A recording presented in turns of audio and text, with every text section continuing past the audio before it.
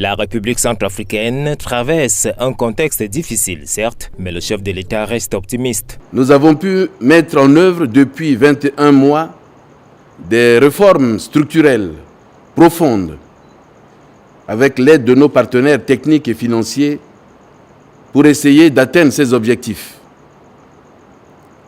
Ces réformes nous ont permis d'obtenir des résultats très encourageants.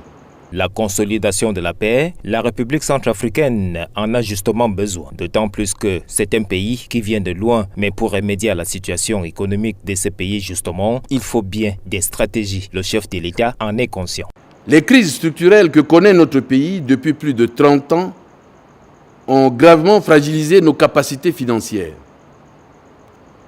Pour reconstruire notre économie, l'une des premières étapes, pour moi, était d'assainir et améliorer nos finances publiques dans un contexte économique difficile pour la région CEMAC qui enregistrait une récession de 0,6% en 2016.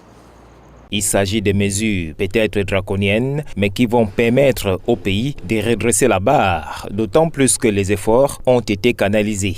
Nos efforts se sont concentrés sur la mobilisation des recettes intérieures, sur le renforcement du compte unique du Trésor et enfin sur la résorption de la dette sociale. La mobilisation des recettes a pour objectif d'accroître les marges budgétaires qui permettent à l'État de prendre en charge les besoins régaliens urgents du pays, notamment en matière de dépenses sociales et en infrastructures. Des initiatives qui permettront à coup sûr de sortir la République centrafricaine la tête de l'eau grâce à un président dynamique et qui sait ce qu'il faut pour son pays.